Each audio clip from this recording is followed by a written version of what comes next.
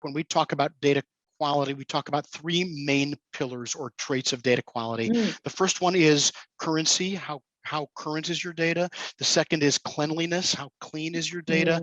And the third is completeness, how comprehensive is your data? And can I dig into those a little bit each? Please, So yes. we define data, we define current data as ensuring that your main CRM has the freshest, most up-to-date information from every source, timely gift entry, timely bio updates, timely information on changes to wealth, timely information on other causes to which your donors and members also support, timely information on programs that your supporters participate in.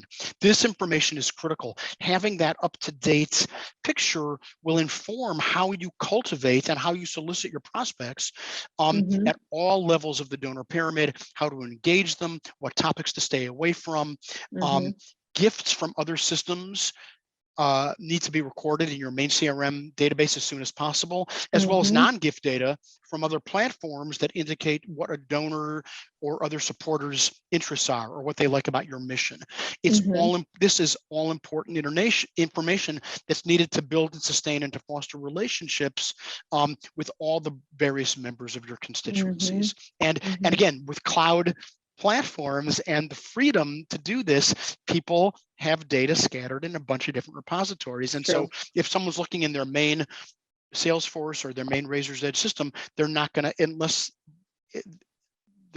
they are proactive about it, they're not going to have a current picture. Cleanliness. Oh, go ahead. Yeah. No, I was just going to echo everything you just said. I've seen, cleanliness. I'm going to talk about cleanliness. Keep going. Cleanliness is about ensuring the data are accurate, they don't contain errors, that you don't have duplicates, that names aren't misspelled, that name formats are correct. I tell, and this is a euphemism, but I tell the tale of Stan Robertson, not his real name, but Stan Robertson was a longtime donor to an organization, and he made an online gift over the weekend, and he mistyped his email address as SRAN instead of STAN, because the R and the T are right next to each other on the keyboard. So here's what happens with that. A phantom record gets created in the database because they can't match it to the real record, right? His gift gets attributed to an incorrect record and not to his real record, so his real record is now understated. He doesn't get an acknowledgement because the incorrect email address doesn't even exist. And so it just becomes this kind of mushroom effect or snowball effect of bad data, just because from one little keystroke that is mistyped. And that we see that happen all the time. People type their name in all caps on a form, and that gets that's what gets put into the gets imported into the database. And so cleanliness, and then when donors get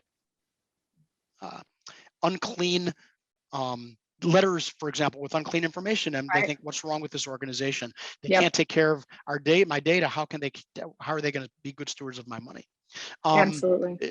And I could go on and on. Completeness, the third pillar, is your main CRM system having in it all the data from all those satellite sources that encircle your data universe. Each of them often have unique information on the same people that will be all the more valuable and useful in the context of all the other data about the same people that they capture in all the other systems. And this need for complete comprehensive data is critical so that you avoid blind spots, and so you can know as much as possible about your donors and prospects, about their interests, their affinities, their activities, their passions.